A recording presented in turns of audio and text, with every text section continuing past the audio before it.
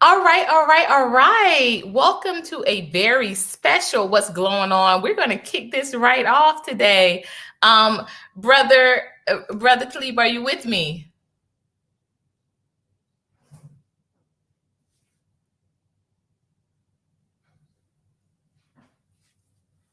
I can't hear you.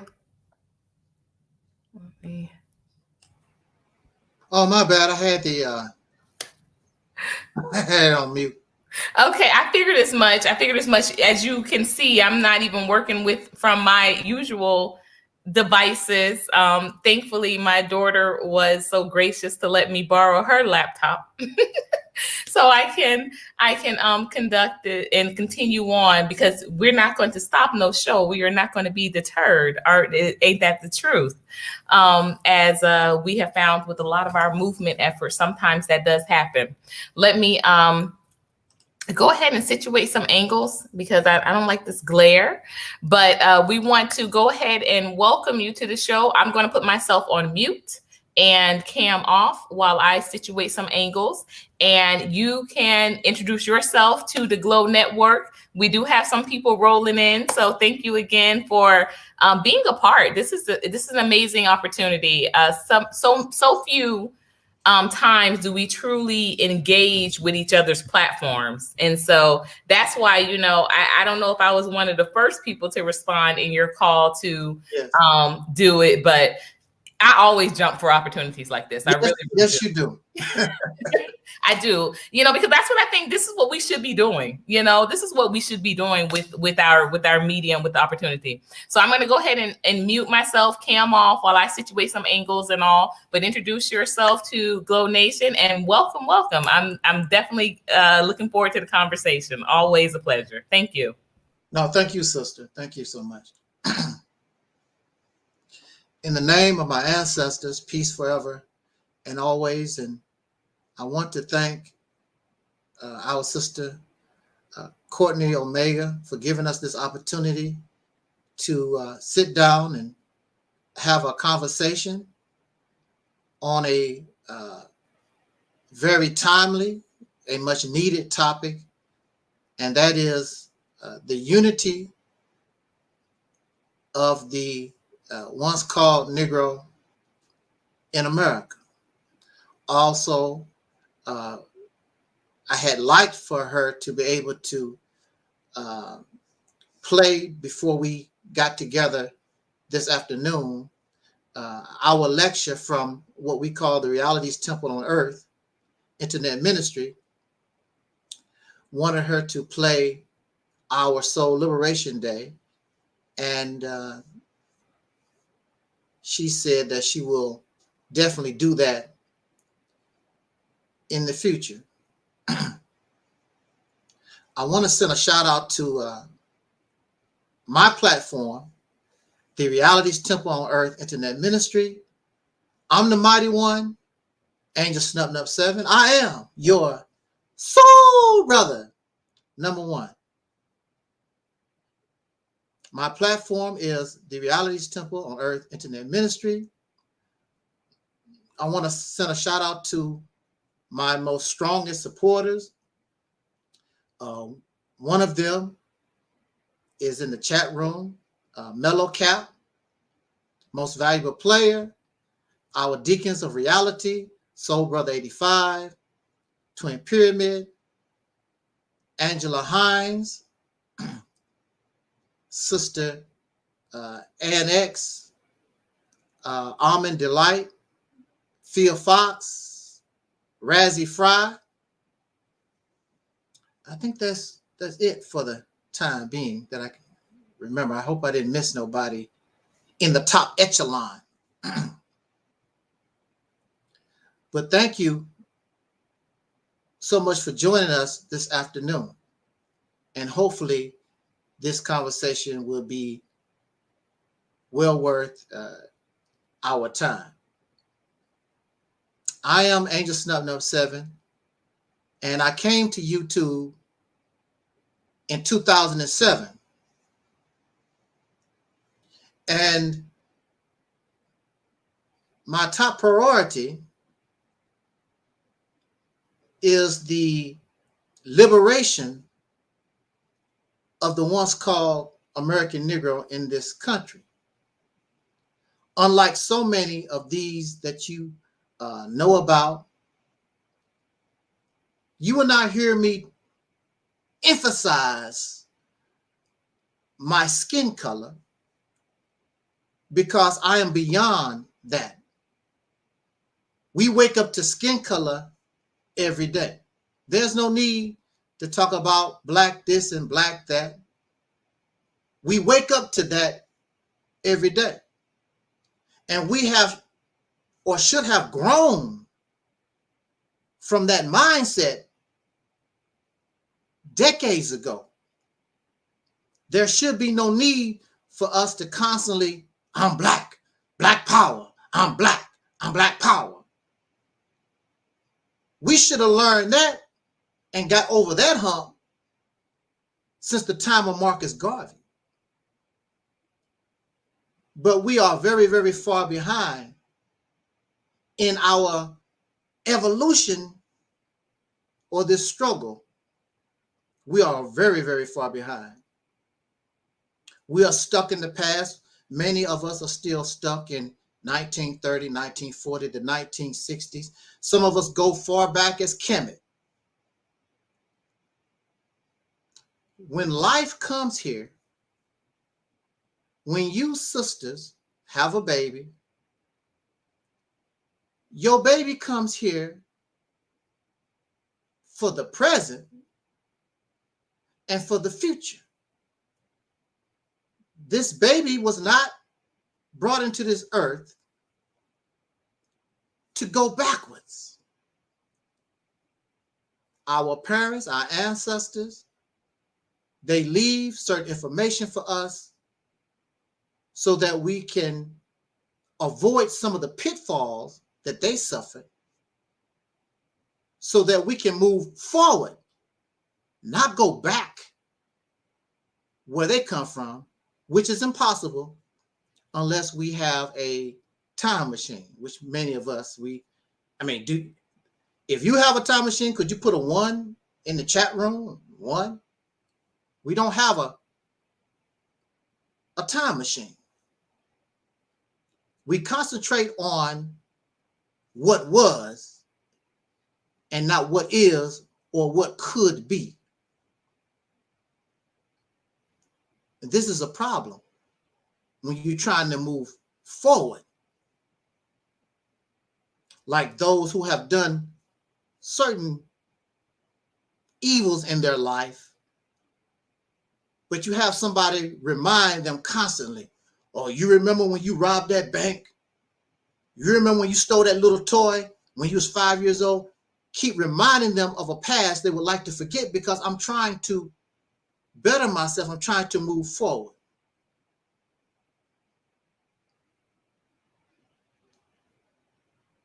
Peace to you, wisdom. We're trying to move forward.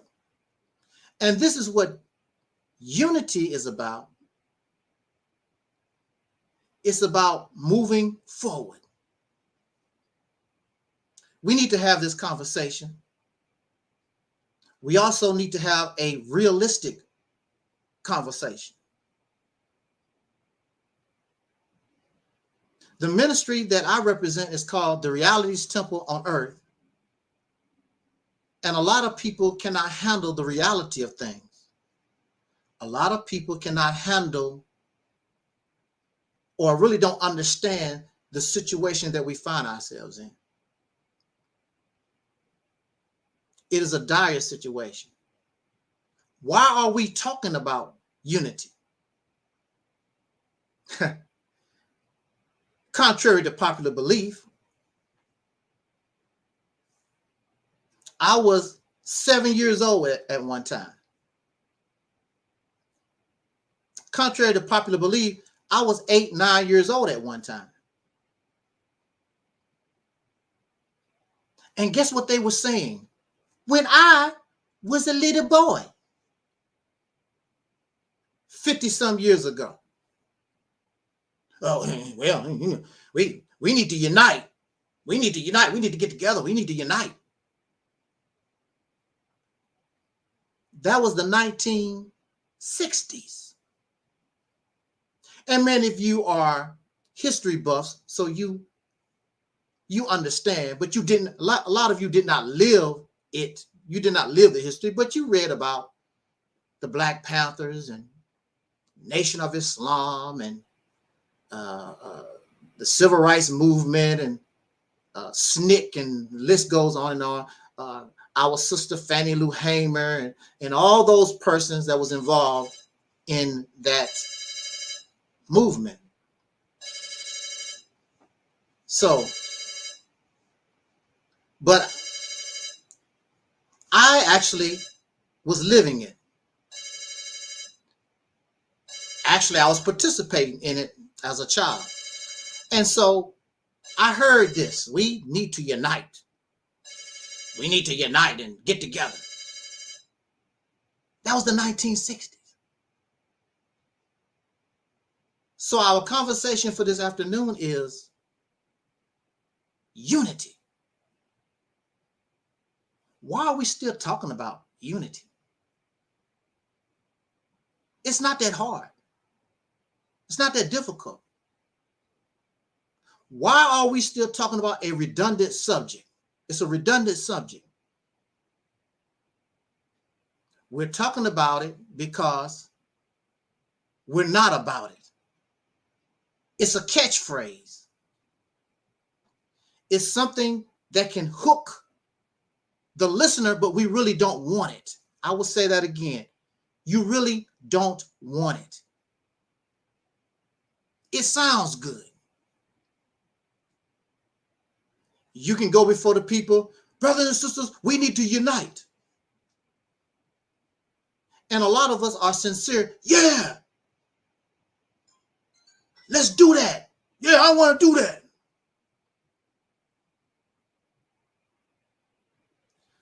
But doing it, talking about it, and being about it is two different things. What is unity? In order to unify with somebody, you have to be willing to compromise. You have to be willing to compromise your position and respect who they are.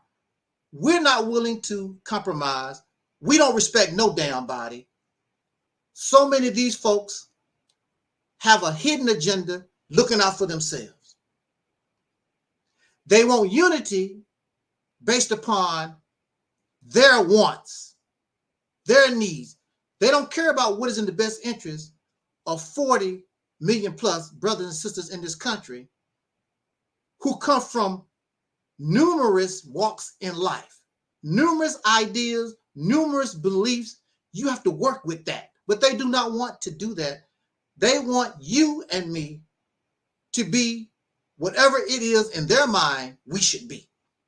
You cannot unify with nobody who has that mindset.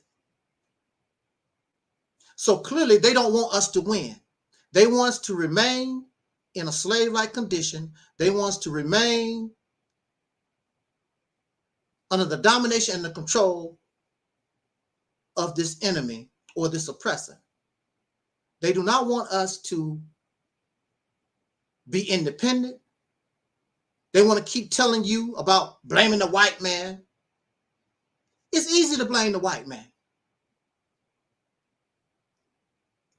That don't require any work.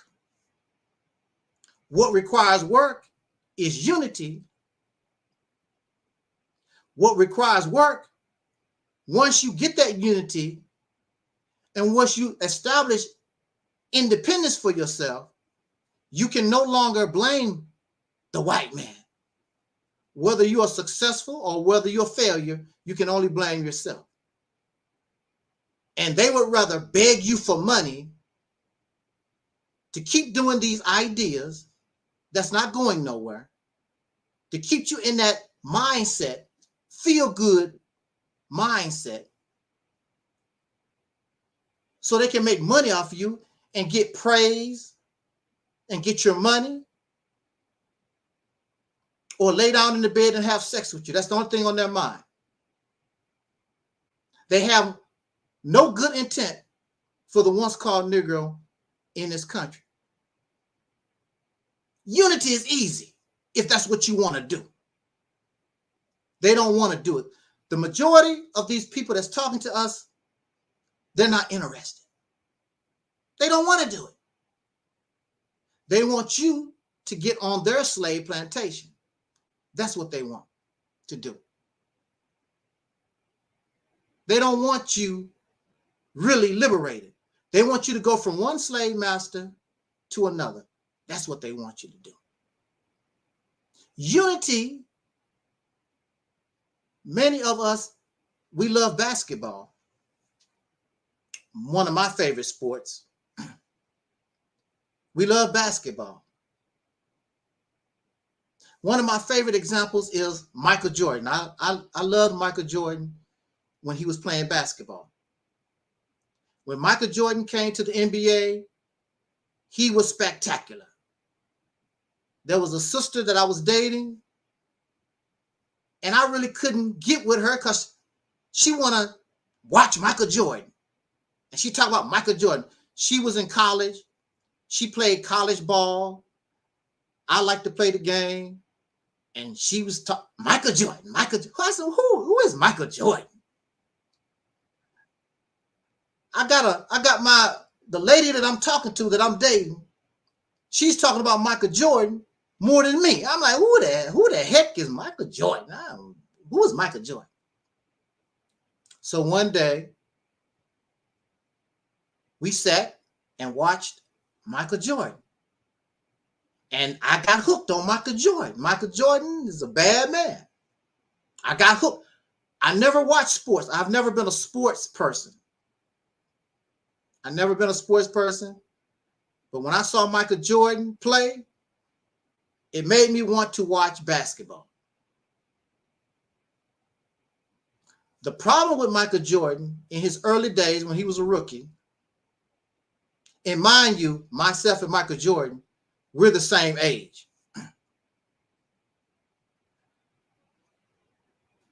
Michael Jordan was amazing. He put up amazing stats. He was just spectacular, Michael Jordan and the Chicago Bulls. Michael Jordan was putting up 45, sometimes 50 points in a game. Michael Jordan, woo! Michael Jordan. Michael Jordan, Michael Jordan, Michael Jordan, Michael Jordan. And that's fine for Michael Jordan. It don't mean nothing to the Chicago Bulls. The purpose of basketball is to play as a team so that you can win a championship. That's the purpose. That's the goal of the NBA basketball team. You want to be the top dog. You need to win a championship. So the Chicago Bulls got a superstar, Michael Jordan, 45,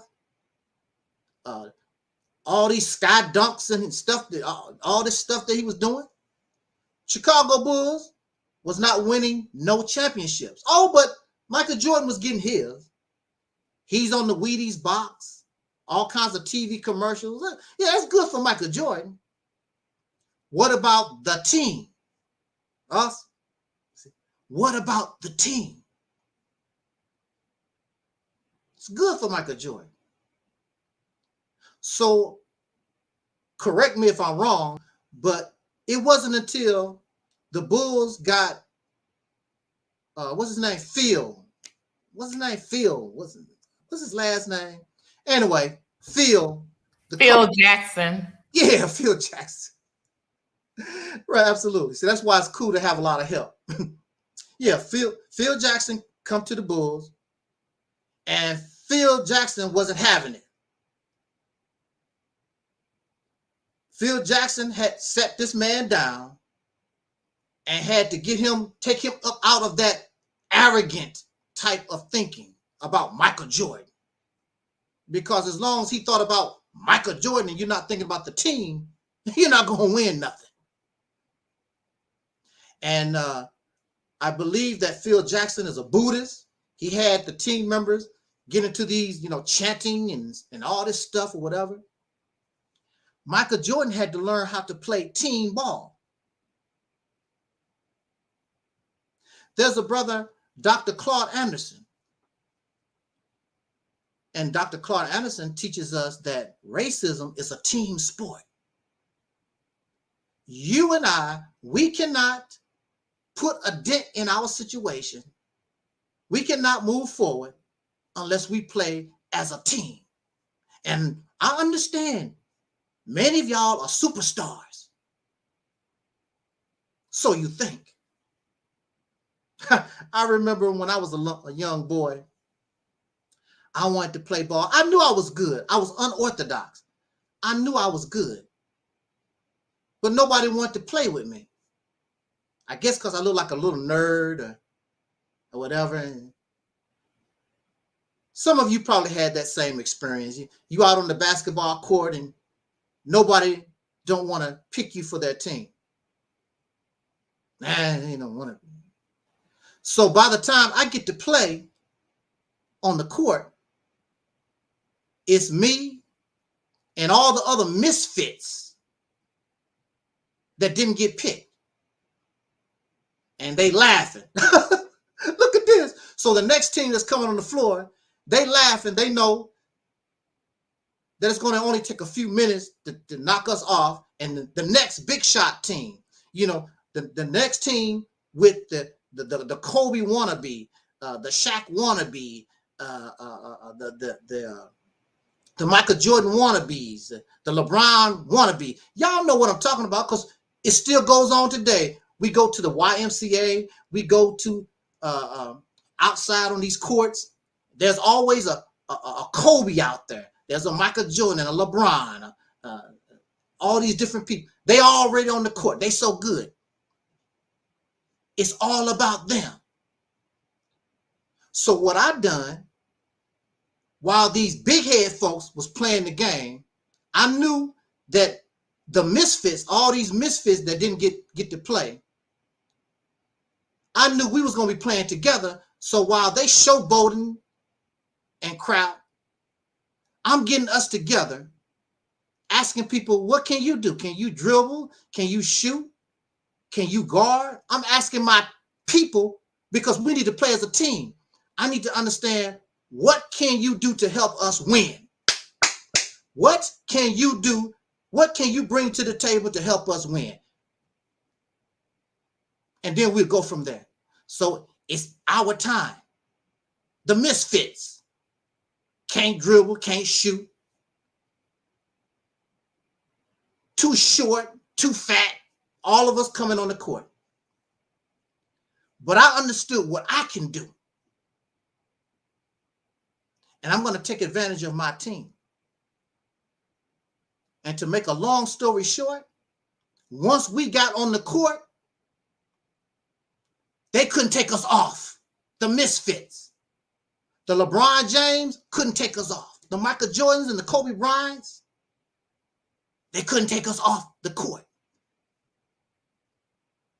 This is a lesson for us.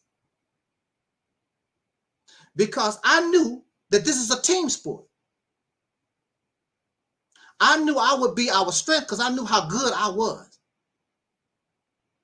And how good I was took them by surprise.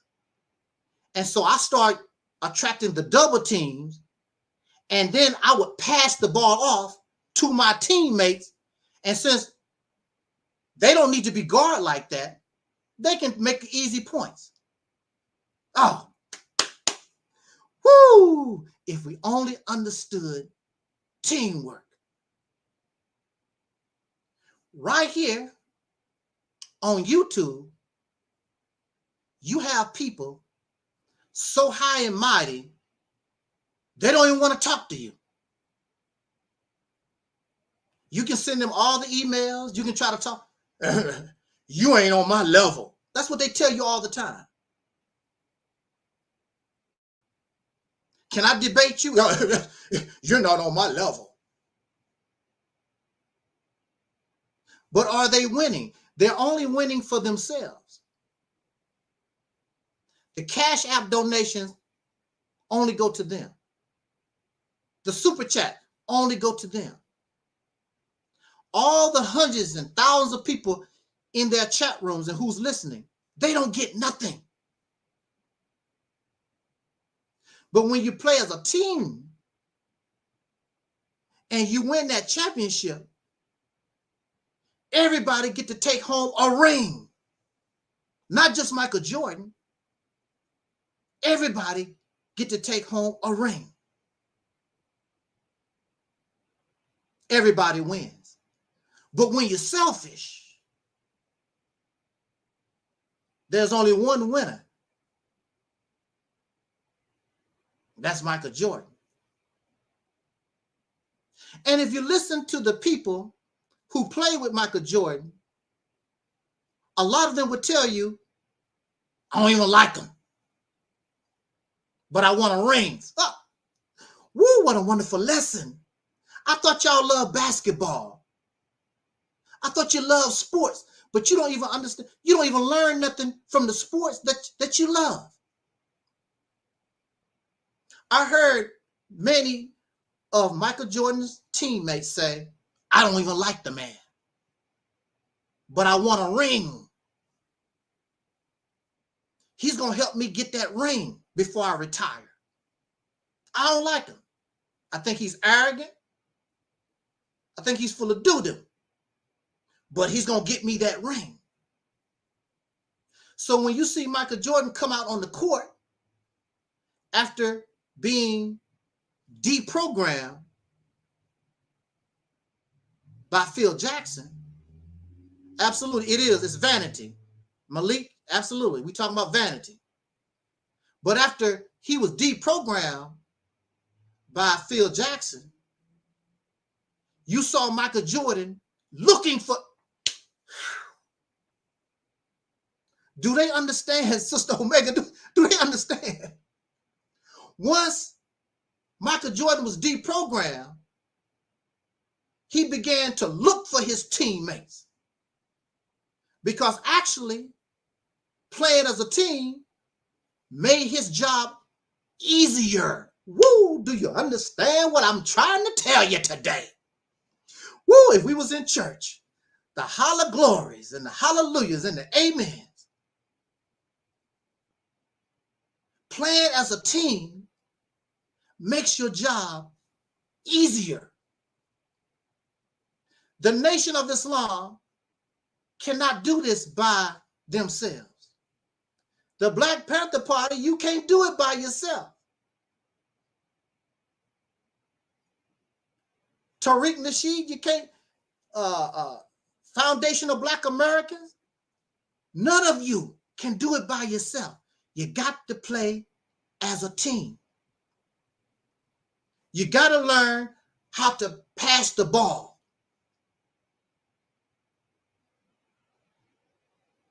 When you lose to another team, now y'all love basketball and you know this. When you lose against a team and then you know you're going to play them again, what do? I know what I see in the NBA. I also believe they do that in high school basketball also. Okay, fellas. All right, ladies, because ladies play basketball too. The coach goes and get a film. And we watch the film and try to figure out what went wrong. Why did we lose? So when we play them again, we're not going to make these mistakes no more. So we rewind and we watch Malcolm X. We rewind and we watch Medgar Evers and we watch Huey Newton and all our people from the 60s and 30s.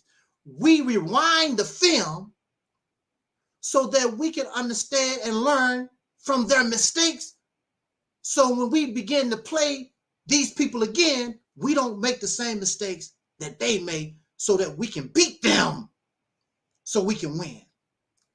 How you doing there, Kimberly Davis?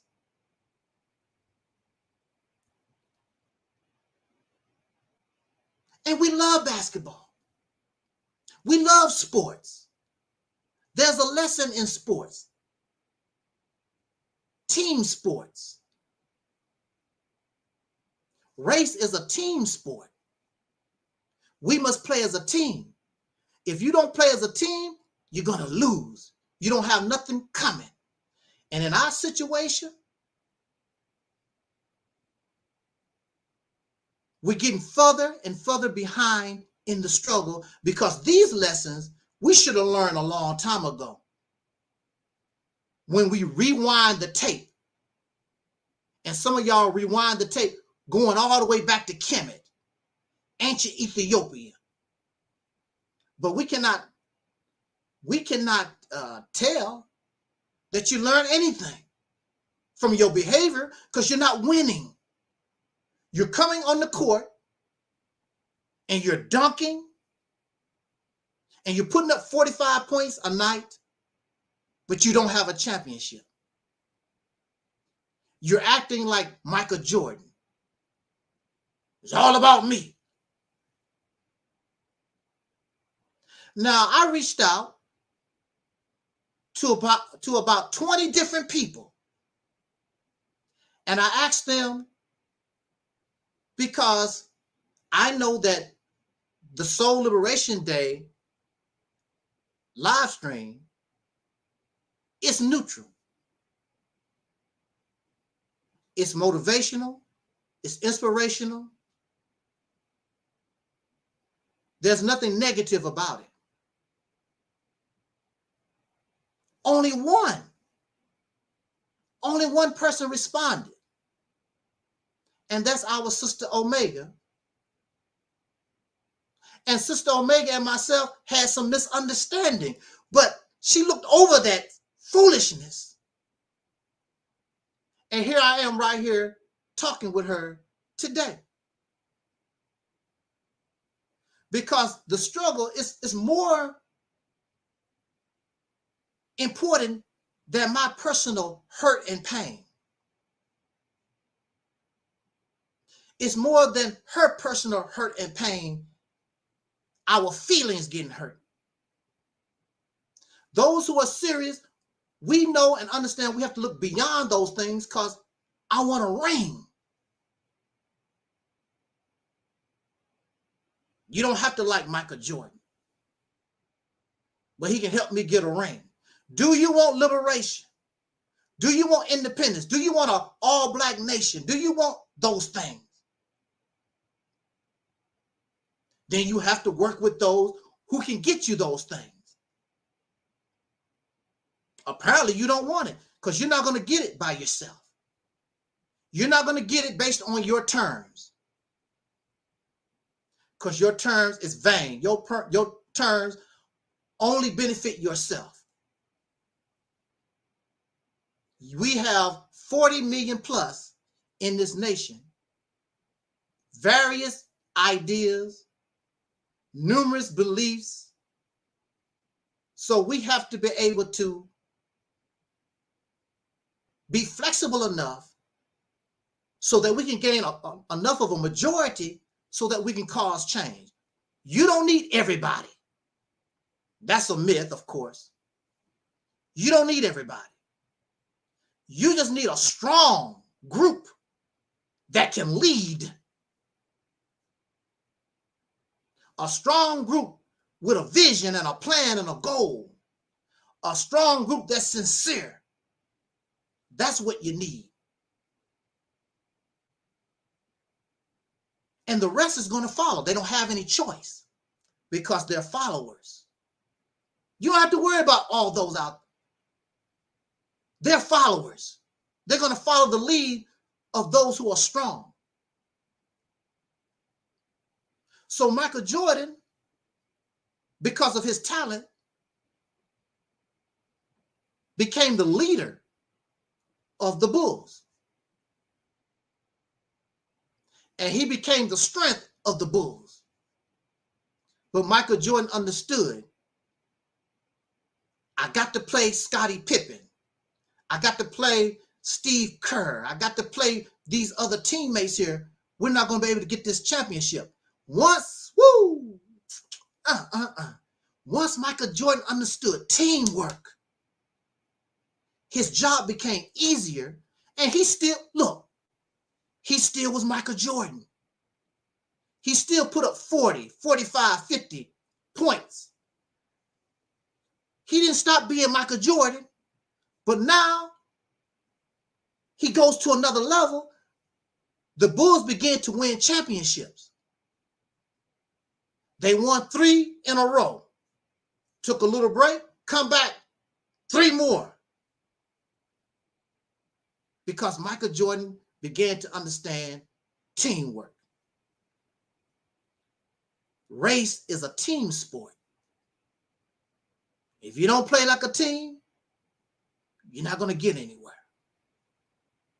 You don't try to go back to the past. You learn from the past. You rewind the VHS tape.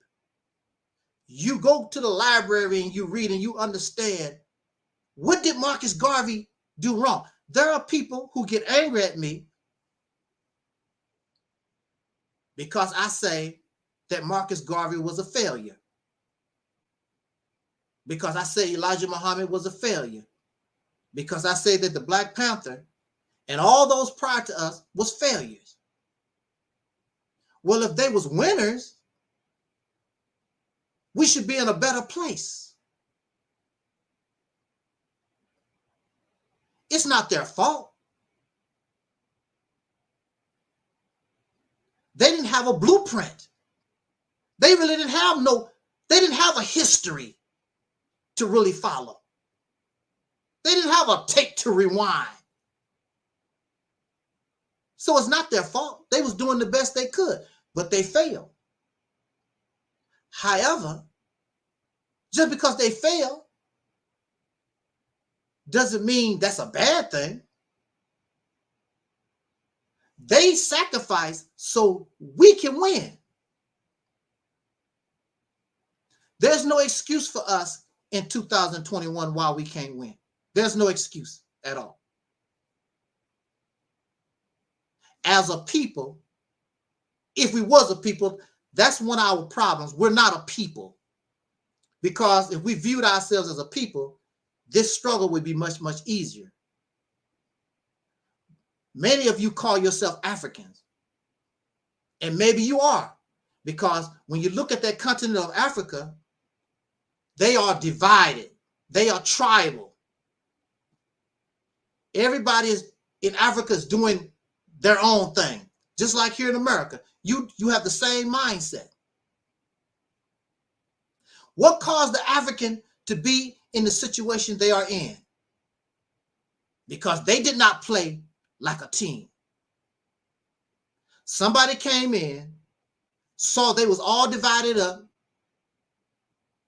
put this one against the other, and then when they conquered all of them. You already know this.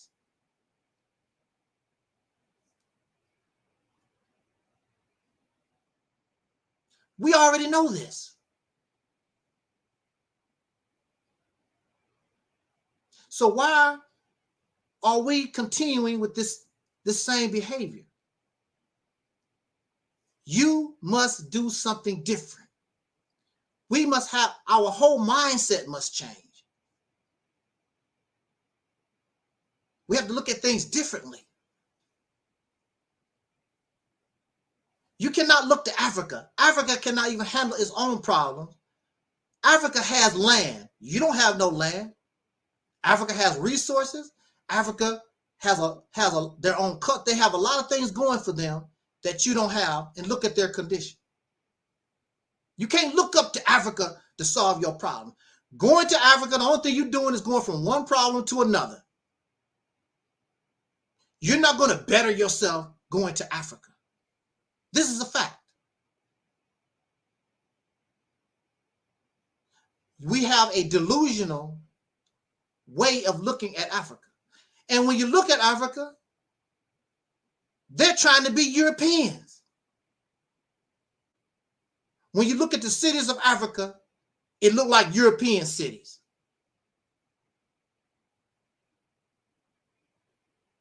There's no difference. And I will tell you this.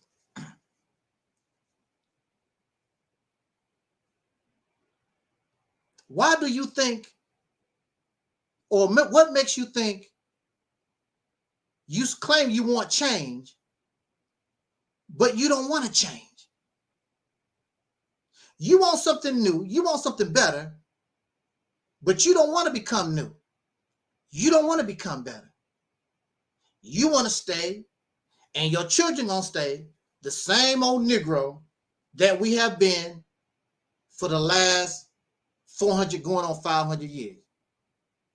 If that's the case, we might as well stay where we're at. And you are. You're going to remain in the condition that you're in because you won't change. And you deserve what you get. You act like hell, you're profane, you're vulgar, you're violent. You deserve to be right here where you're at.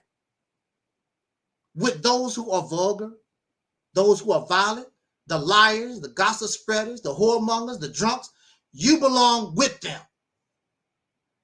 You're not going to go nowhere. You cannot, what they say, you cannot have your cake and eat it too, or something to that point. It's not going to happen. I'm not a religious person, but I support and advocate righteous behavior. I don't advocate righteous behavior because of God.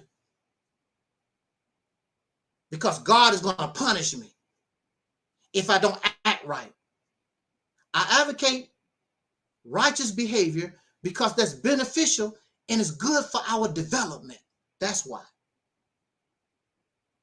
Not because I'm scared God is going to punish me.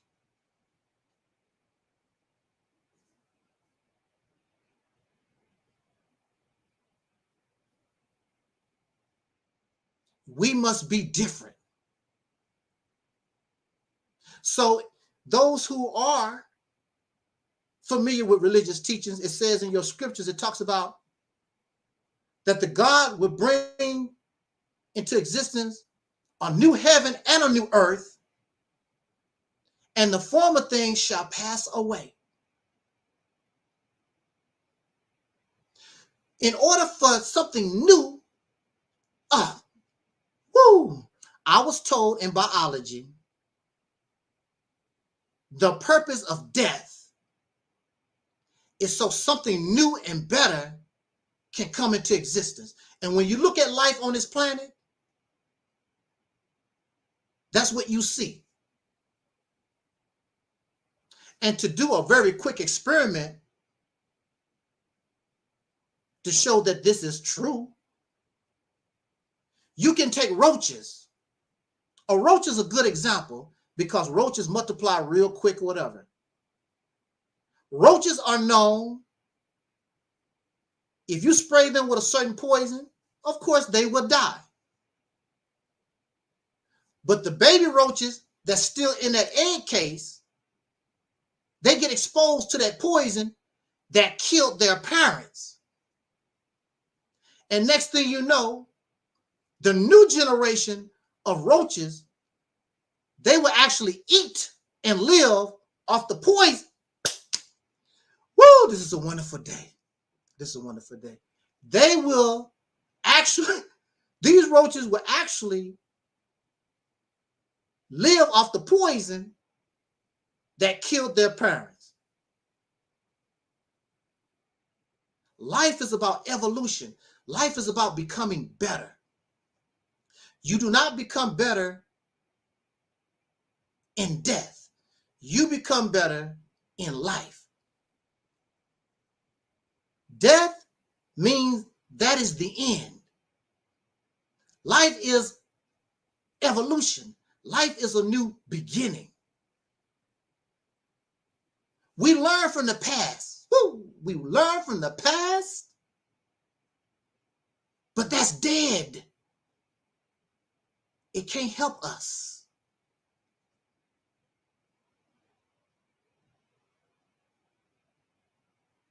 Dead people can't help us. This is why you have a living brain. Your living brain, if you allow your brain to work properly, it will give you the answers to solve your problems. We're not thinking with our brains. We are programming our brain with somebody who dead. So all over YouTube, Marcus Garvey, Malcolm X, Elijah Muhammad, the Black Panthers, all that's dead. And you can only go to the point where they died. I love Malcolm X, but his wisdom stops February the 21st, 1965. It stops. There's no more evolution. There's nothing else new. It stops. He can only tell you from 1925, I believe that's when Malcolm was born. Malcolm can only show you from 1925 to 1965. That's it. You are alive. But see, you have a brain. You and I do ourselves a disservice. Yes, our ancestors was great. Yes, they was great in Kemet. Yes, they was great in ancient Ethiopia. Yes, our people, yes, it was great. But you and I have a brain just like they do. Why can't you create a language? You think these languages just fell out the sky? Men created language. Men developed science and mathematics and culture, music and dance and literature. You mean to tell me you got to go all the way 5,000 years and copy what somebody did 5,000 years ago in the desert? And you're not smart enough? You're not intelligent enough to develop your own? Behold, I make all things new. You claim to be a God, but you don't act like a God. You call yourself the original man. Oh, the black man is the original man. You don't do nothing original. The only thing you do is sit around and copy and plagiarize what somebody said, what somebody done long time ago. You are God and don't create nothing. You control no resources. You make no laws and make no policies. Everybody suck your blood every day. You got people coming from all over the earth to the United States, and they end up in your neighborhood, sucking your blood and become rich and wealthy. And we've been here going on 500 years and can't get nothing going. Something is wrong with us, not them. They're trying to survive. If you don't want to fix your own shoes, then they're going to come in your neighborhood. Hey, my friend, do you want your shoes? Is something wrong with your shoes? I fix your shoes. You too lazy? You don't want to cook? I make Chinese food for you. You don't like washing feet? I wash your feet for you. And they become rich. You got clean feet. You got clean feet and everything, and you well fed, but you don't get nothing. Out of the $1 trillion that this people get out of this economy every year, you have nothing to show for it. A failure of your leadership, the failure of our own mindset.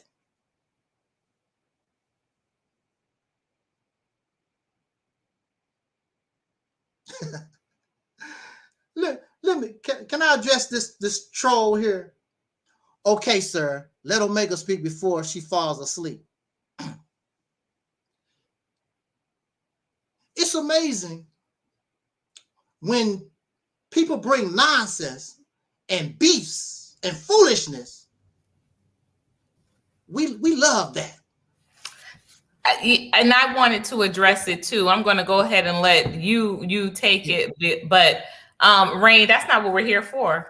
Yeah. And like brother Taalik just said, brother Soul, brother number one just said, listen.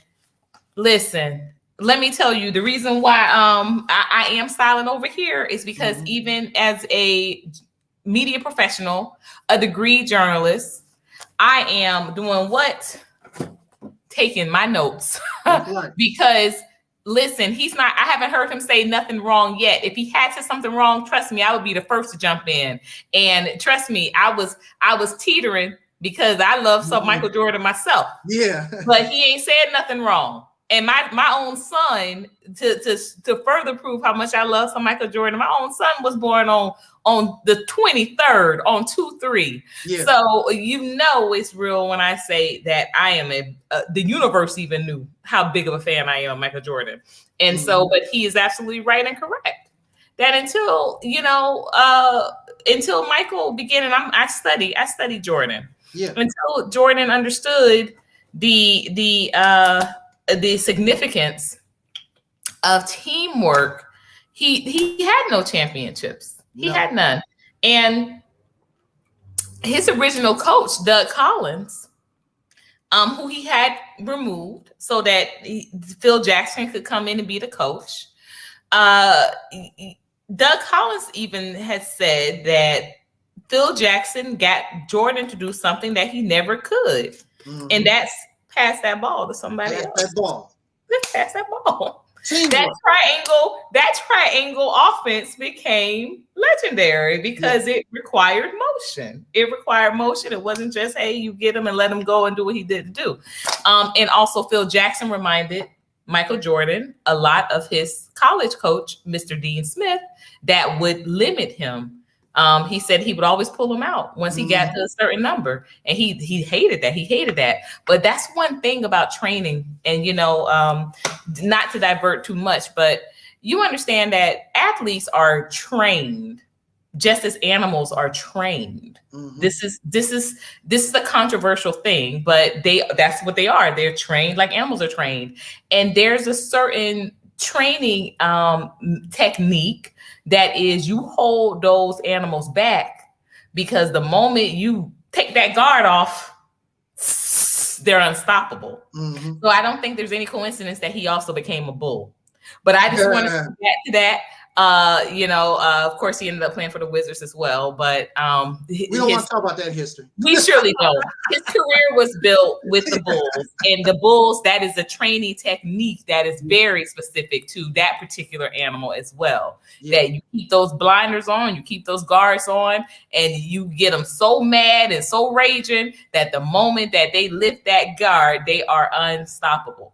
And so I just wanted to say that, and Raymack, and you can continue, but you're rocking. I usually, as you know, this is usually an hour show, but I am letting it extend because I need to jump in here and just really engage, because wow, I got some things that I'm going to unload on that are very controversial. And I literally have never said these in an open forum such as this, but they need to be said tonight, because something is shifting right now, even as you're talking, even as you're speaking, and we need to address them. So I'm going to go back on mute and cam off and let you address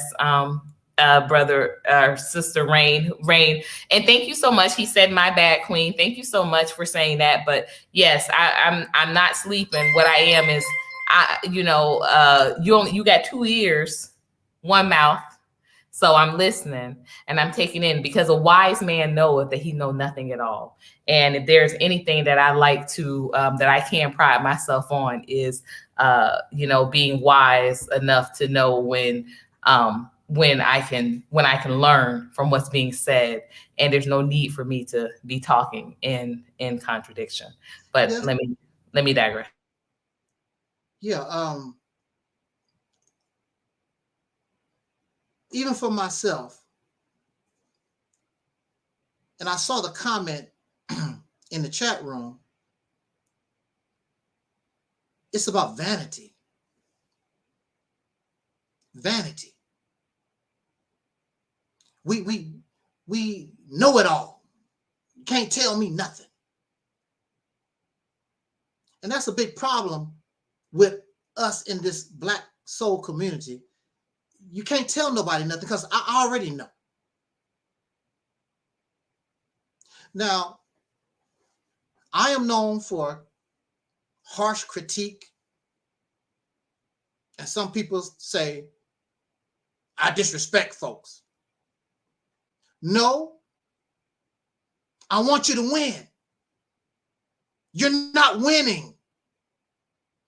That's what makes me angry. You're not winning. You're not winning because you're selfish. You're not winning because you're lazy. You're not winning. There's a whole lot of different factors here. You're not playing as a team. You're not winning. You want somebody to come to you and talk to you like you're a winner, and you're not. You're a damn loser. When you win, I would tell you, wow, y'all got it going on. Y'all winning. What is winning? Winning is when you're able to control resources, gas, electricity, water, land. When you're able to provide for yourself with or without another man involved in your life, you're not winning. Anybody can kill you, and the only thing you can do is cry. My child, the gang member, the racist police. Only thing we can do is cry. We can't do nothing else about it. Because you have no power.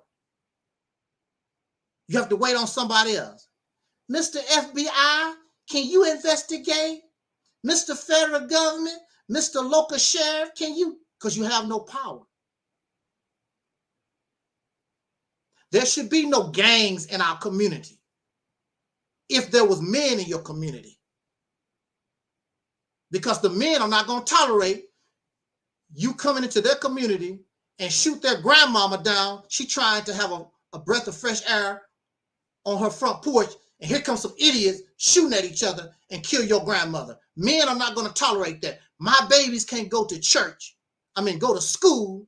They got to dodge bullets because these idiots shooting at each other. No, no, no, no, no. Don't have no men. That's too much for the police, and the police don't care. Quite frankly, they don't care. All thing you want to do is go to work, do your 8 hours, 10 hours a day, get off from work, get drunk, watch TV. What kind of man are you? And then lay around at night and make more babies you cannot protect. More babies you can't feed.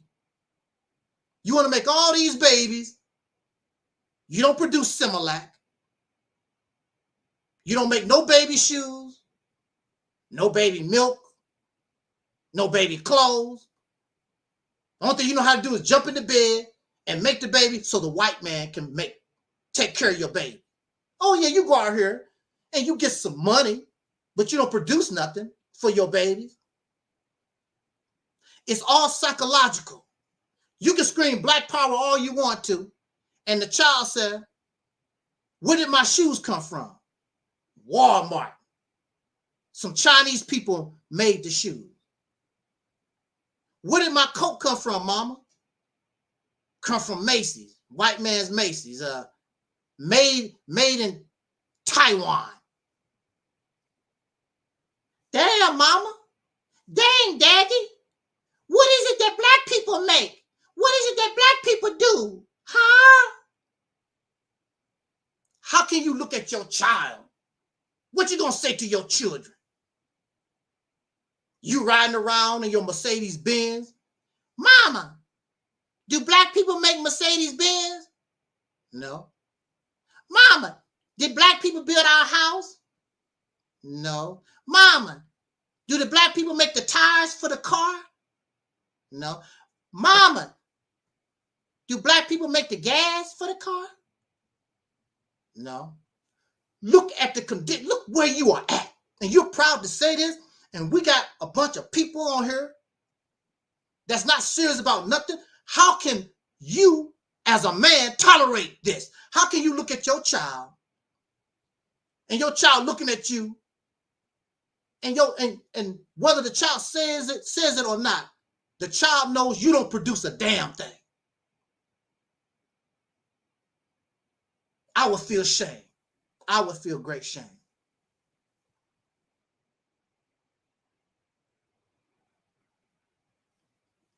So, what is the answer? What is the solution? Now, we offer what is called Operation Exodus Mississippi campaign. And I did have a channel dedicated to the Mississippi campaign, but Black people flagged down my channels. But you can go to Facebook, and we still have the Operation Exodus Mississippi campaign. We want to take control of a state. All this little tiddlywink stuff that we doing, they don't get you nowhere. The only thing it does is like Michael Jordan. It benefits Michael Jordan, his 45, 50 points. It does not benefit the team. Your little tiddlywink, you want to build a school, I open up my little, and y'all really think y'all doing, and these people really think they're doing something spectacular.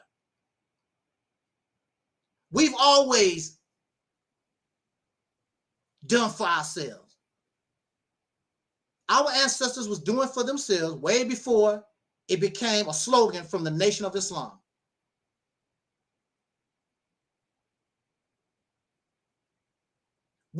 We've already built, we had all Black towns. We've had some of the biggest positions in this country: Congress people, senators, mayors, police chiefs. All this stuff we've already done. It's not enough. This is a race and you're too far behind. We have to do something really, really big to get on the map. What's bigger than taking control of a state? This state is all ours. When you come to this state, we control everything. We control the water, the electricity, the gas, the roads, the public school system, the National Guard. We control all of it. It's ours to control. And whatever land that the state of Mississippi owns or can use, you can use that for whatever purpose you want to. You control the budget of a state. That has never been done before. And it puts you on the map. Let me tell you how bad. Just the fact that people think, just the fact they think you're going to do this is going to turn heads, not only in America, but around the world. What are those Negroes? What are they doing? Nobody care about your little lemonade stand on the corner selling apples. Nobody care nothing about your $1 billion business. That's nothing. When you talk about business, these Caucasian people, some of their businesses make trillions of dollars a year. If you own the electric company, that's money, money, money. That's power, money, influence. You own nuclear reactors. And y'all talking tiddlywink, you think small. The reason why you have to think small is because you're selfish and your funds is limited. So the only thing you can do is do a little lemonade stand or these little tiddlywink baby projects. But with unity, you can pull off something big. And the state of Mississippi can turn into our safe haven sanctuary state. It doesn't make any difference where you live in the United States. You can get help from the state of Mississippi that you control.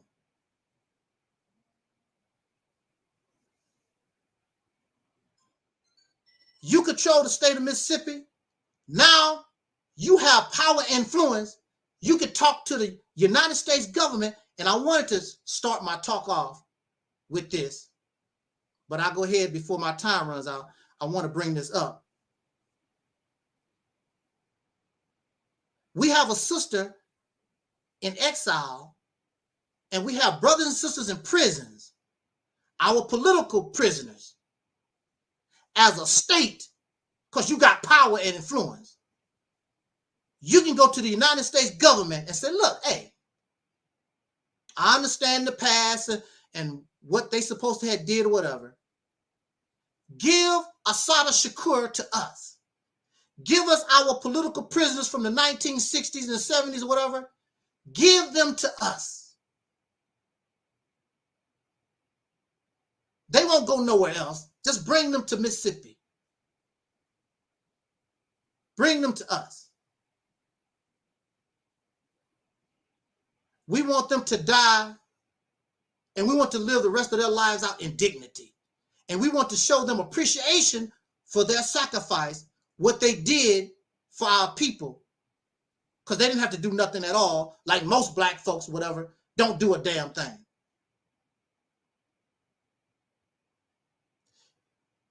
You cannot demand none of this. And look, being a sanctuary state, you would be just like those sanctuary cities when Donald Trump wanted to put all those immigrants into concentration camps or whatever. Those sanctuary cities said, no, you're not doing that. They took those immigrants and they took care of them. They became sanctuary cities. And they defied the United States government.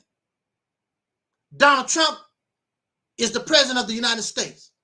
He couldn't do nothing. And this is a city. These are cities that defy the United States government, the federal government. What you think the federal government can do to you if you become a state and control a state? You're not a city, you're a state. But you think small, and you think selfish, and you keep thinking that what they did in 1930, 40, 50, you keep doing the same stuff over and over again. That's not going to work. It's not going to work. You have to think big. If you don't think big, if you don't do big, anything else you do is nothing but vanity. we just bought 200 acres of land, and we just opened up a multi-million-dollar recording studio. It only benefits you and the few people that's around you. It does not do nothing for the 40 million. Taking control of a state benefits the 40 million because the 40 million is going to participate in making the state strong, making it successful. And they become the citizens. Now, we do know that you can be a citizen, a dual citizen of the United States and another country. Is there anything written where you can't be a dual citizen of a state? Because this state is yours. This is your new nation. This is the catalyst. This is the beginning of your new nation. Some of us want what we want when we want. That's not how it works. You do things little by little, and you do things for what is the best interest of your future generation. I know what you want. There's things that I want. But we will not see it in our lifetime. You put the children, the future generations, on the right path, and they will go where you want them to ultimately go. We want to be independent. We want our own culture. We want our own flag. We want all this for ourselves. Now, in our lifetime, if we are alive to see them going go in that direction where we want them to go, that's fine. Do you know that soldiers die for freedom? They never get to enjoy the freedom that they died for. They never got to enjoy the liberation that they died for. We are the soldiers. We are this generation. We are the soldiers. We are the boots on the ground. It is our responsibility to show the generations how to move and what they need to do in order to get to the promised land that Dr. King spoke about. The heaven that the Bible talks about. The hereafter this madness that we've suffered right now, that the Quran talks about. That's your job. To sacrifice yourself so they can live. We become the Jesus that died on the cross. It's not one person, it's a people, it's a persons. You have to sacrifice ourselves and die on the cross. And that's what it's about. Here, that is what it's about. We got, you know what, let me tell you first and foremost, this opportunity, because that's what it was presented to me. And I said, you know what, I knew, and I knew something, the enemy was working. Because when I tell you, I take my laptop everywhere. Mm-hmm. It's my little office. I said the enemy was working when I left that at the studio. I never leave that laptop anywhere, never. So I said, you know what, what is supposed to be I feel like, hey, you said we in church today. What's supposed to be will not be stopped. What's supposed to be is not be stopped. And this conversation was supposed to be had because let me tell you, there are so many things that have been weighing on my mind, brother, that like I said, I was really contemplating, should I just make like do the videos how I used to do in the past when they weren't on live, you just do the pre-recorded, and then you just load it. That's what I was contemplating doing, because I was like, well, I don't have my laptop. So, I could just do it from my phone, because there was so much in me I wanted to get out. And when I tell you, you have just been hitting on some points. First and foremost, and I mentioned this at the last State of the Melanated address, y'all, and I'm going to say this, and I don't want to disrespect anybody. Nobody do I want to disrespect. But it is ridiculous to me how we will drum up so much effort to be out there marching. When one of our members, one of our melanated members are gunned down or killed by whoever, because whether it's by, the gang member, or whether it's by the police, or whether it was, just for whatever reason, we'll be out there in droves. Yes. But when I was an elected official, talking about on the ballot, elected a representative for my community in Miami, Florida, I couldn't get 10 people out to move housing legislation, to create a housing resolution.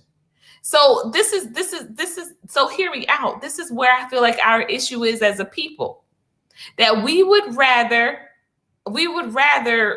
there's a saying even in scripture. And y'all know, because you said we was in church now. We in church. So, I had to go to the scripture. Come on, bring it. But it said, let the dead bury the dead. Oh. So we would rather be talking about let's sit around here and talk about somebody that's dead, rather than talking about how we can work with the families that are living. Yeah. And they're living in squalor conditions, are living in subpar conditions. Because like I've been saying, I've been on this campaign for a minute, fuck that rent. If there is any demographic that should not be paying to live, it should be us. Mm-hmm. We are paying to live on the very same grounds that our ancestors were murdered, beaten, raped, pulled off of, and now we're paying to stay there. But instead of gathering up, strategizing, and mobilizing, because we are 70% of the rental industry. If we don't pay rent, there is no rental industry. There is no rent. There's no housing without us, literally and figuratively. But instead of us organizing to do that, we got to get down to this courthouse and make sure that these men are found guilty of murder. And what does it matter? What does it matter at the end of the day that they are found guilty or not? Because we clearly know that they're going to be treated differently anyway, you know, whether they are found guilty or not. The justice system does not serve them the same way it serves us. It never was intended to. Absolutely. And this is coming from someone that is a former, you know, wife of an attorney, of a lawyer. Okay. So, you know, like I said, I know I'm going to ruffle some feathers here, and don't get me wrong. I love my brothers. I have a son. Trust me, you know, but I tell you, if something happened, if God forbid, to my son, I ain't marching. That's not what I'm doing. That's not what I'm doing. Okay. So what is understood does not need to be spoken, but I ain't marching. Somebody hurts my son or my diamond, my son or my diamond. The next point, absolutely. To that, we're more likely to be evicted and homeless than we are to be murdered. Let me say that again, y'all. We, as Black people, are more likely to be evicted and homeless than we are to be murdered. So why are we focusing on what affects the least of us? And if anybody wants to start, because sometimes they get in here talking about something. Well, what about there are such things as Black property owners and Black landlords and that sort of thing. Too few of us make up that industry for me to care about. Yeah. That's just bottom line. That's bottom line. Okay. And again, to belabor, to add on to your point, how really on time this discussion is. I don't know if you've seen it, brother, but I watched both parts of the Cynthia G live that she did with Storm Monroe. I usually don't go on Storm Monroe's channels because he does a lot of celebrity gossip. And you know me, that's just not me. I don't do that. But if it's a conversation that can be built upon, I'll definitely tune in. But usually it's not from his channel. But when I saw Cynthia G was on his channel, I said, you know what? It was very interesting timing because Rob Perkins will be on F-Bomb Friday, this Friday, you all. Make sure you tune in. That's going to be explosive. Absolutely. Because he is B123 all day. And so that's going to be explosive. So please make sure you tune in. But so I guess because he's in my algorithms, you know, she popped up. And I hadn't checked on Cynthia G in years. I mean, I really hadn't. But when I tell you, I listened to both of those parts front to back, and it really set me down. And, you know, I'm sitting down already, but it set me down even further because of the fact that where were the lies? That as a collective, what is being built? And y'all, don't get me twisted. Don't get me wrong. I've worked with Black millionaires. I've worked with, I've been an elected official in government. But what you see on the inside, and people always tell me, oh, you should run. You should run now that you're back in Atlanta. You should definitely run here. I hesitate. I don't jump into that conversation anymore because what I saw on the inside was something that I just can't unsee. And I just saw so much cooning. I saw so much cooning, so much gatekeeping, so much excuse making, so much lying. I've had literally, people that were in very, very well-connected positions tell me that they promised me, commit to me a certain amount to help with a certain program, youth program, feeding a community program that I was organizing. I mean, literally make commitments and then you don't hear from them. And I'm talking about for months. And I'm the type of person, whereas, I'm not going to beg somebody to do something they said they were going to do. Right. I ask you one time and I move on. But this is why I said earlier when Rain was saying, what was the point? I said there were plenty of takeaways. You have to be listening to what he said. First and foremost is we don't need honesty. We don't need unity. We need honesty. Yes. We need honesty. Don't say that you about uniting if that's not what you about. Right. Say, like you said, say what you really want to do. Say that you. That's my point. As you might know, I've been abstaining. I have not had sex for years, and it blows my mind how many people say, "Oh, that's just so that should be so hard to do." How is it not? How is it hard? I'm not looking for just nobody to pump on no skin. I'm looking for someone to build with, and when you're looking for someone to build with. Having a couple of hours in the roll around and having some orgasms, that pales in comparison to what I'm looking at doing ultimately. And so I'm not interested in exposing myself in order to just say, oh, well, at least I'm getting some.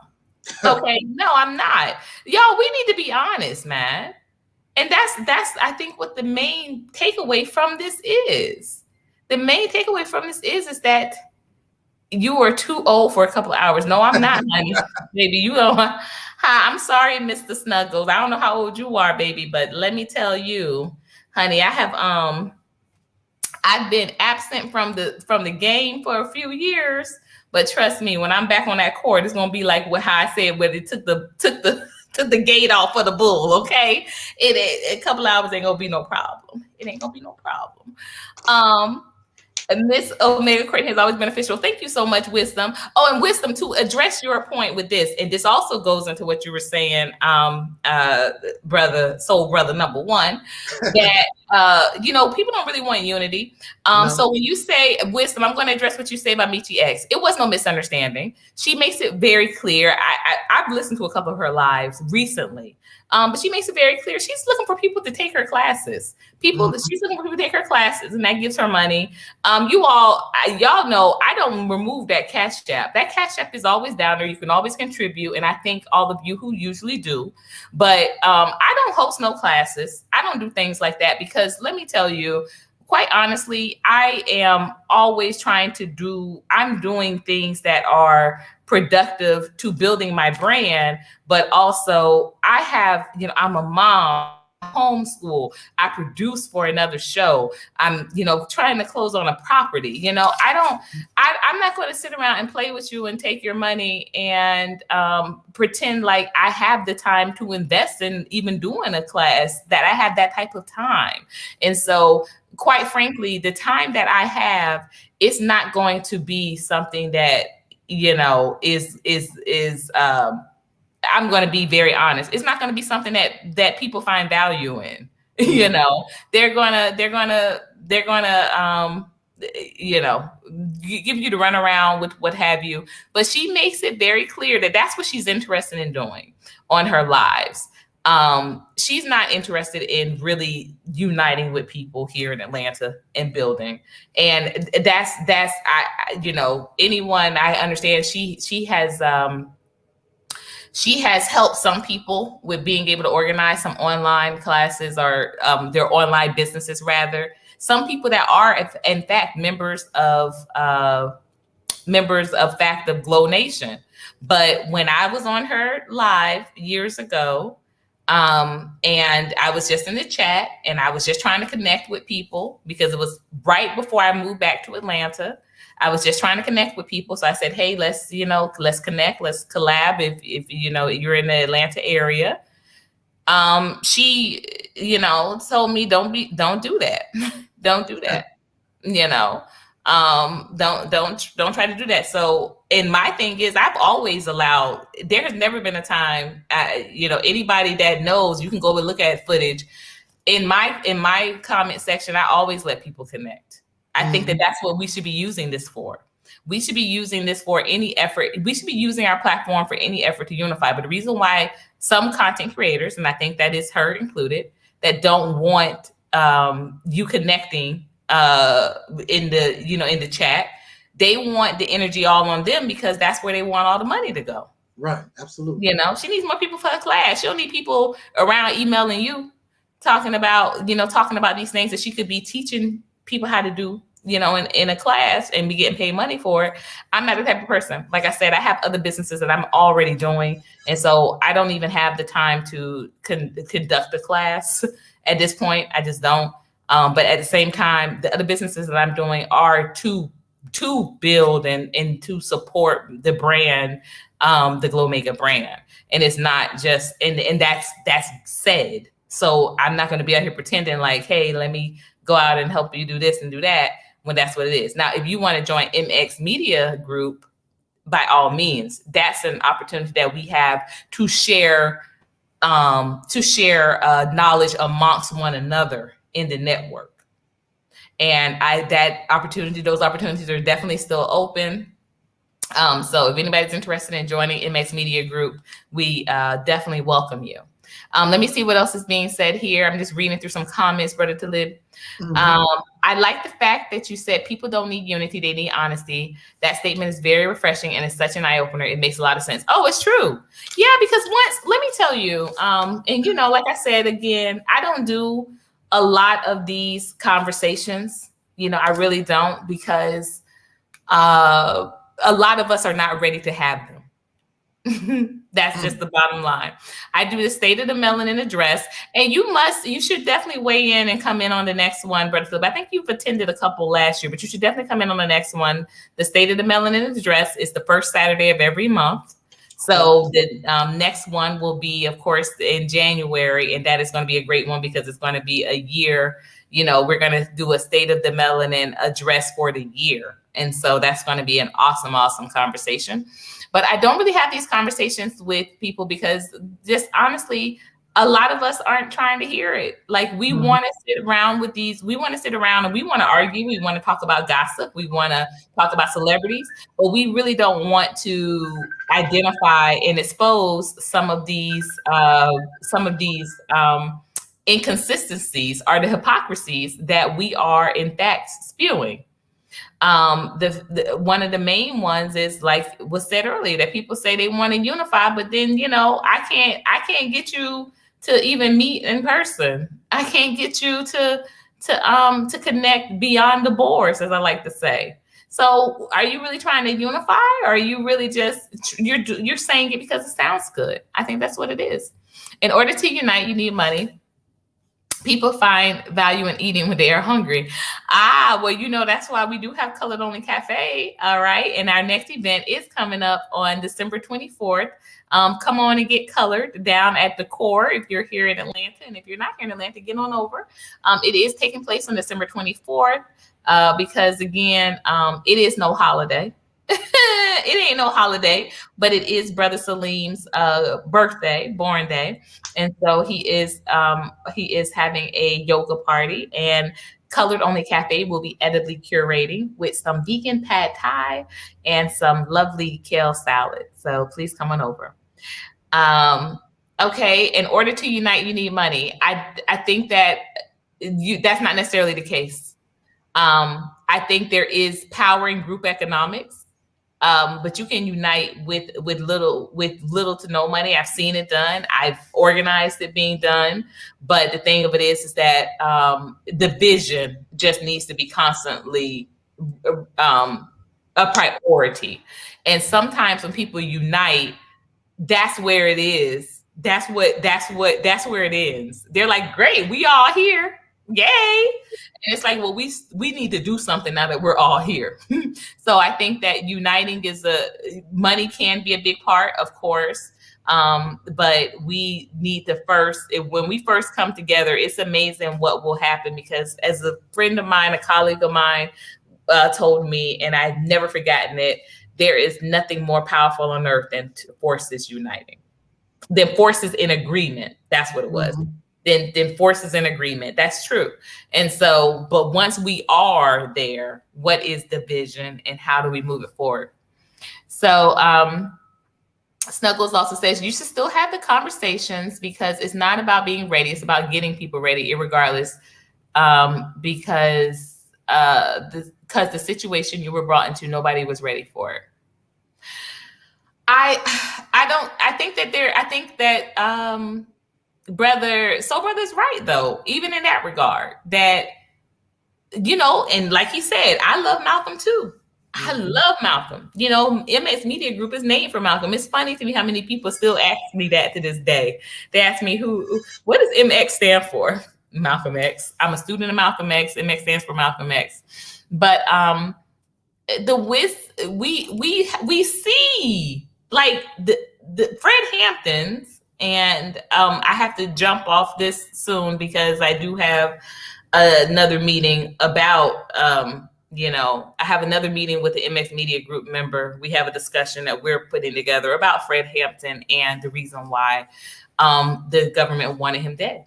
But again, like Brother Talib said earlier, the Fred Hamptons, the Martin Luther Kings, the Medgar Evers, the Malcolm X's, you know, they didn't have a black print to follow.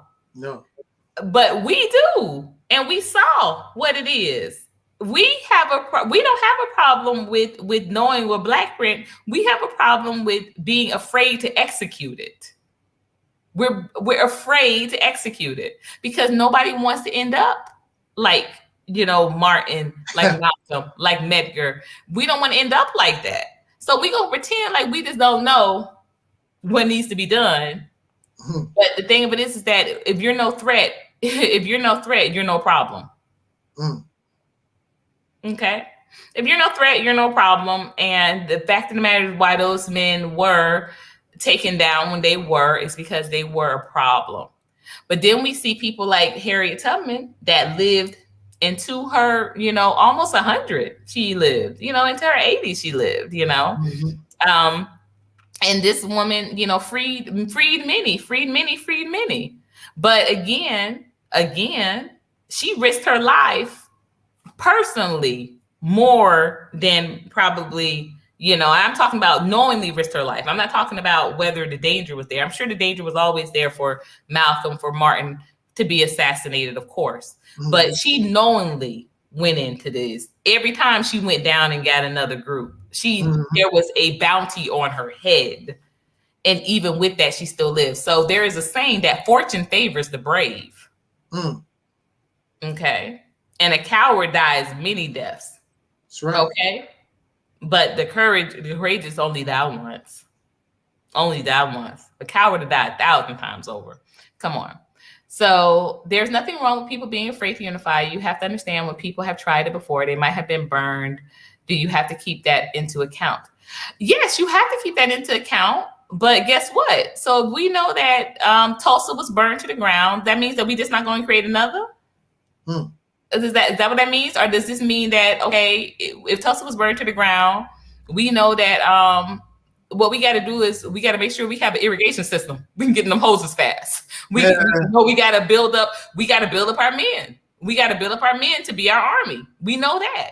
If we know that we've seen what happens, but what we have not seen is us do anything because of what happened.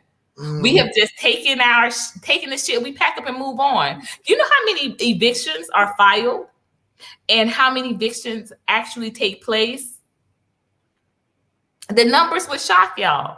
The evictions that are filed, like they're almost like it's like 20%. But the evictions that take place are almost at 100.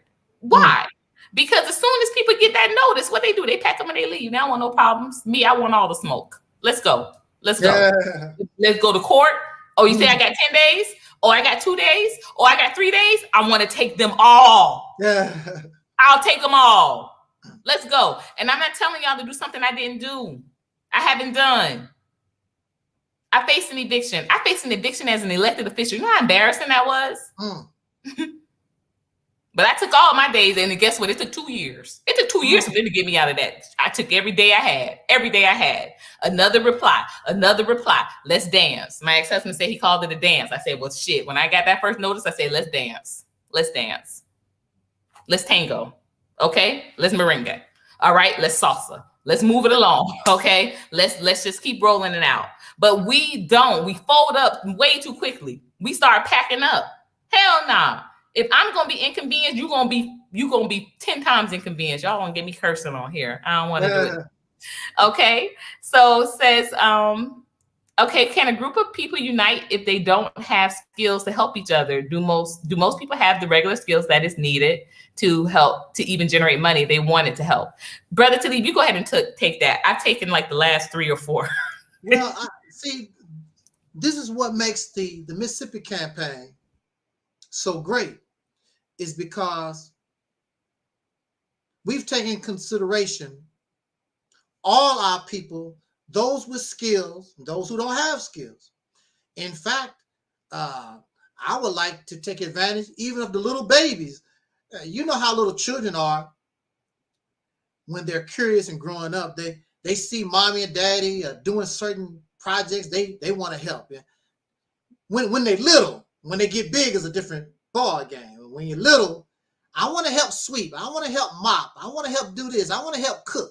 Yeah, the little children is your greatest helpers when they small. When you get some size on you, all that stuff change. But we want to be able to take advantage of all the energy that the 40 million can provide. Even our people in prison and jail, we're not going to have our people in prison and jail just laying around jail all day. We want to open the doors, give them opportunity, not only to rehab themselves, but allow them to participate in the building of a new reality. So when we get done, of course, we're always going to have idiots and, people who break the law or whatever, but we're not going to keep our people all locked up in jails and prisons for the rest of their life and let all the energy. Look, anybody that owns a business know that your greatest expense is labor costs. That's your great human activity involved in your business. That's your greatest cost. So we want to take advantage of all our people and bring them together, no matter where you find a place where you can look. Even a weed head. Look, see, we already been doing this. We just don't, it's just never been organized. Look, when I was growing up, there was brothers, mostly brothers, probably some sisters too. I never really saw the sisters. Well, yeah, actually, yeah, the sisters have skills too. But in a lot of our communities, there's brothers that know how to drywall. They know how to fix houses. They know plumbing, electricity. They know how to fix cars. But unfortunately, a lot of them have criminal background. Unfortunately, a lot of them might have drug problems. But we're going to help them with their drug problem. We're going to help them and give them opportunity because they have a criminal background. We're going to find a place to put everybody to work. Mississippi becomes a work state. It's a work state. Everybody put to work. No more laziness. Everybody doing something. And even a little baby that can't walk, like I said, take your child and put a seed in their hand. They can barely walk. Put the seed in their hand. Take a picture of them putting the seed in the ground.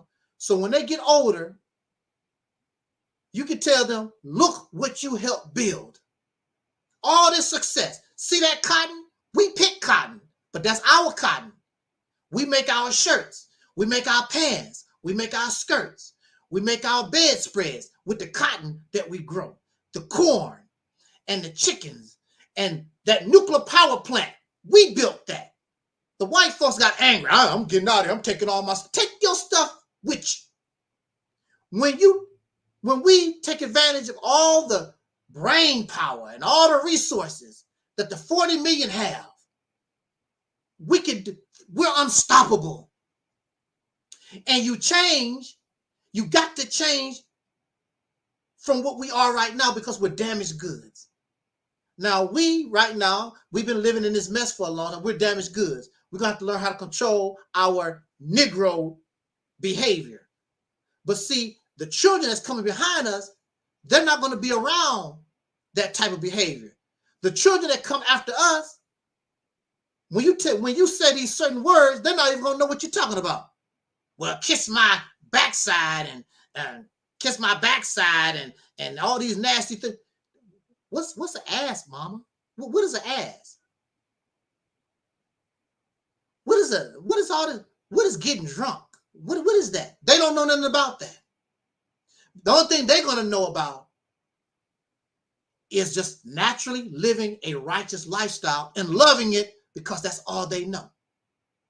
They're not going to know anything about crack and getting drunk and cussing and fussing and fighting and slandering. Because you're going to train, like the Bible said, train them up in the right way. Train them as they should go. You got to change and be different. So a lot of these ideas that we have, it's wonderful. These ideas that we have, these are wonderful. We got too many people doing too many things. The energy that we're putting in small projects, you could put in a large project and you get a big payoff. Talk to your gamblers. Most gamblers gamble big. They don't play it safe. They gamble big because they understand when you gamble big, there's a big payoff. All these little small projects that we do, whatever, going to pay off small. And this is what I would like to say because I know that we run out of time here. Look, if you have one bullet in your gun and you going hunting, would you rather risk that bullet trying to get one quail or two quails for the price of one bullet? Me, myself, I would rather gamble and take the chance that this one bullet can take out two quails. Because if I gamble, there's no guarantee I'm still going to get the one. I'd rather take the chance and gamble and try to get two quails. We think too small, and we do think on a selfish level. We're not looking at the broad picture. You tell Sister Courtney, I'm going to say this, we're going to get out of here because I know that we run out of time here. You need to go. Well, we have about, I said I was going to let us go to 7. So we have about 15 minutes, but go ahead. Yeah, because I just want to see people, they make mockery of the Mississippi campaign. And that's fine. It's great. It's fine. But you tell me, what do you have on the table that you can give to people if they invest, if they sacrifice, if they go for the gusto? Look, let me tell you something. Mississippi is already in the position for you to take control of. When you look at the state of Mississippi, a lot of the key positions are already controlled by Black folks. And the ones that can't get with our program, we can get rid of them. And I'll tell you something else. See, for you to improve yourself, what you don't understand is that even the Caucasian people and other non-soul brothers and sisters in that state will get on board because they understand you're trying to improve the state. So if you're trying to improve the state, that's better for them. You want to knock down the crime rate. You want to get rid of alcoholism and pedophilia and all the ailments of, you want to get rid of that. Who wouldn't want to be part of that? You want to be a proud Mississippian. So when our products go out, people all over the world say, this came from Mississippi. Yeah, I live there. I live in Mississippi. That's what we produce. And it don't make no difference if you're Black or white or Chinese. If you live in Mississippi, that's me. I live in Mississippi. That's right. I fry rice in Mississippi. That's my state. We produce that. We produce that. And this is what you don't understand. And you need to get out of this just the color thing. Don't worry about the color. That will handle itself. Because when you put yourself in a position, y'all complain about interracial couples, right? But when the sisters and the brothers see us doing this kind of activity, you begin to fall in love with yourself. Yeah, a white woman is nice. Yeah, a Chinese lady is nice. But look who right here working with me. That's even nicer. You start falling in love with yourself because y'all working together to produce this big thing that has never been done before. And guess what? Y'all talk about the ancestors. Woo, Malcolm be so proud. Malcolm, we run the state of Mississippi. We take control of all this. Matter of fact, it don't even have to stay Mississippi. When we run it and grow it and control it, it can be Little Africa. Instead of Jackson, Mississippi, it can be Jackson, Little Africa.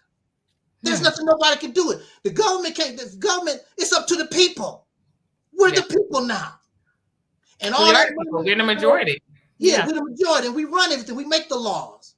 And especially in Mississippi. So there are 3 states that Black people have enough numbers to actually take over the state. And I will send you that link because they have a meeting later today, but I get this knowledge from the Mahali Party, and I've had some members on before, but those 3 states are Alabama, Mississippi, and Louisiana. That's what we're thinking about. The blacks have the numbers. The blacks. The blacks have the numbers. And we have the numbers. You don't have to beg them for nothing. There's nothing. Everything that you do is legal under the law. You're using your right to vote to put yourself in a political position in order to take control of the politics, the laws. So you can change the law to benefit you. All these different laws and whatever is designed against you. Now you can push them out the way. Now you can make, and all them suckers that don't like you, you can push them out. You don't get with our program, get the hell out. We don't need you. Bye. Adios. Goodbye. Yes. And go ahead. Yeah. What I'm saying is whatever state is chosen, I say Mississippi because I think because Mississippi is a poverty-stricken state and nobody really give a damn about it. You don't really hear too much about the state. I said Mississippi. Besides Emmett Till, that's the besides Emmett Till, right? But they had that show last year with all of the female millionaires getting together. Was that Mississippi? That was Mississippi. It was a popular because they had the mayor, the black mayor. What's his name? Chioma.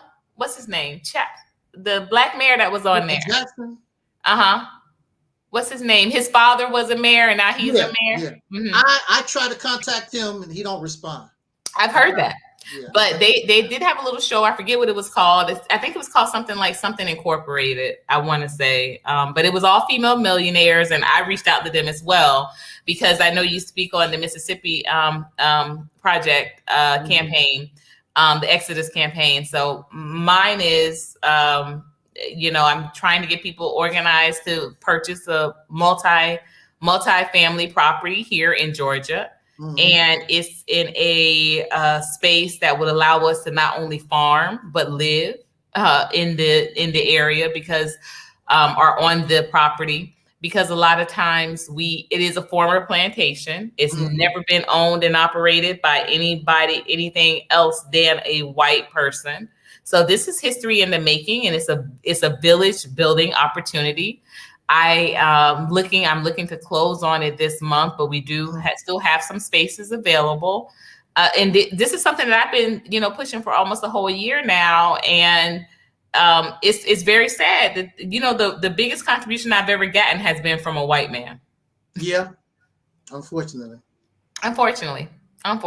the biggest contribution I've ever gotten to go forward with this property. So Bruhu asked, can Black people? I'm assuming he means the Mississippi Exodus plan campaign, but he says, can Black people with non-Christian religious backgrounds come too? Of course, that's the beauty of the Mississippi campaign, and the same with mine as well. Yeah, it has nothing to do with your religion, beliefs, your sexual orientation, none of that stuff. This is an attempt to put a people in a better position in this life so they can begin to progress forward. You're not progressing forward. Right. You're going to end up, just like Dr. Clark Anderson said, our future generation is going to end up in a position of being a permanent underclass. It's true. Do you know that there was a Caucasian man that contacted me and asked me how does that Mississippi campaign thing work? Because he want to try to do it with white people. Wow. Wow. But his white people, not just any white people. He got a certain group of people that he represents. How y'all going to take over? How you going to do that? He want, and we talked to him a little while. He want to see. This is the thing about it. You know what a brother asked me, a very well off. I don't know if he's a millionaire, but he's very well off. You know what he told me? I went to consult with him at the early start of my village vision campaign or initiative, I like to say, or effort. He said, "Why would somebody want to help you get a house?" And I was like, you know, it wouldn't just be me; it would be multiple people. And he was like, "Yeah, but you're gonna live there. Why would somebody want to help you?" And I'm like, this is a man. This is a man with a family. Like, why would someone want to help a woman with a family get control of this property? You know, and it wasn't, and I, you know, and if for anybody says, well, maybe he was just saying, you know, why would, like, helping you develop your pitch. But no, he was earnestly asking, like, why would somebody be interested in that? You know? And I'm like, well, you know, I went down the fact that we had never had any ownership of this type of property. I went down the fact of that, you know, we could have, this could be a business incubus. I went down the fact of food, you know, having food sustainability opportunities there. Critical race theory projects can continue to be facilitated there on the property. All these different reasons. And, you know, he was like, well, you know, I may have somebody that'll can help you package that, because like, you know, the more that we talked, it was like, you know, I was showing him that there were other things besides helping me and my family have a home. But he never called back, even though I've seen him like 2 or 3 times at some other events, and he's never even approached it again, because I think at the base of it, it genuinely still is, I don't want to help you. Even though I presented all of these other things that would be helped, you know, the fact of the matter is it still goes down to, this is going to help you. And we are very sick in that regard, that's not enough. And why wouldn't that be enough? Why wouldn't that be enough just to say, hey, you know, this would keep me and my family from being on the streets, homeless. Why isn't that enough? You know, and I just asked that because Reed Nanners did ask, do you have any kids? And yes, I have 2. I have a diamond and a son. My son will be a teenager officially next month. My daughter is already a teenager. Bruhu says, oh no, okay, this is another question. He says, what about those who use alcohol in religious or non-religious, spiritual, ritualistic methods? Can I say this? Go ahead. Yeah, because I'm confused. And really, I talked about it earlier, but I just clarify, I guess, because I gave the example. The question is, do you want to win? That's the question. Period. That's the question. Period. Do you want to do what it takes to win? Period. You know, if in order do for you you want to win, do you want to be chasing rent? Do you want to be chasing low rent every 2 years? Or do you want to have a real leg to stand on when you go to court, if you know something goes down with the mortgage or with the what have you? Do you really want to do that? Do you want to have to pack up your children? Because on average, that's what happens to our families. On average, our Black families, we're having to move every 2 years. The home ownership has been the lowest it has been since 1968 for Black people. The lowest it has been. We're approaching almost you know, it's still double digits, but we're approaching down to 10%. Down from 27 to 19, we're approaching now 10%. Okay, it's a sharp decline. Do you want to win? Yeah. Do you want to own? Do you want to build for the next generation? That's the only question. All of this, like you said, who you screwing and what you have to do, and that needs to be. And I agree with you wholeheartedly too. Y'all got to prioritize that stuff is bullshit anyway. Stop trying to escape a life and actually make a life worth living. Stop trying with this escape bullshit. I was on a live last night and the brothers was talking about, I have to go where the black millionaire men are. And I said, well, I ain't going to no strip club. Go ahead, brother. I'm done. But that's the bottom line is, are you willing to do what it takes in order to win? Some of us, and just like you said earlier, sister, look, some of us, the reality is, some of us are comfortable where we're at. I'm just pay me for some lessons. I don't know what these lessons are supposed to do for you, but I want you to come and take these lessons, pay me $49.95 for each lesson. Right. I don't know what the benefits are supposed to be or whatever. I don't know what they fill their pockets. I don't know what you're supposed to get out of it. Right. And that's what it's really, brother, that's exactly what it is. Yeah. And they know they're not putting together because, like I said, for you to be putting together real constructive content, it's going to take more time than what you have because you're on these lives every other day. So I know, like I said, I'm going to be honest. I know I don't have the time to put together that type of instructional knowledge for you. I can tell you what I do, but I can't teach you how to do what I do. Yeah. I can't teach that. And I know that. And I have been a teacher in the past. I know what is teachable. I know what's not. Some things are just, you have to learn. You have to do them by experience. Okay, so this brother also, I don't know if you're trolling him right now, Bruhu, but we're closing out anyway. But I don't know who's self-medicating with crack cocaine, but I have never, I'm going to go ahead again. Thank you so much for coming on today. You can do the closing word and the send off. Yeah. And I want to again apologize for not having the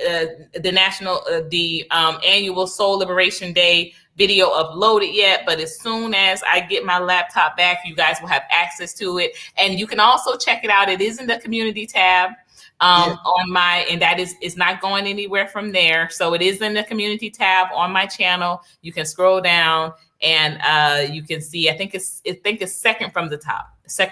So I'm going to go ahead and cam off, mute off, and thank you again for coming on tonight, and thank you again for giving me the opportunity. Because, like I said, and you can always count on me if nobody else going to jump on something like this. It's always going to be me.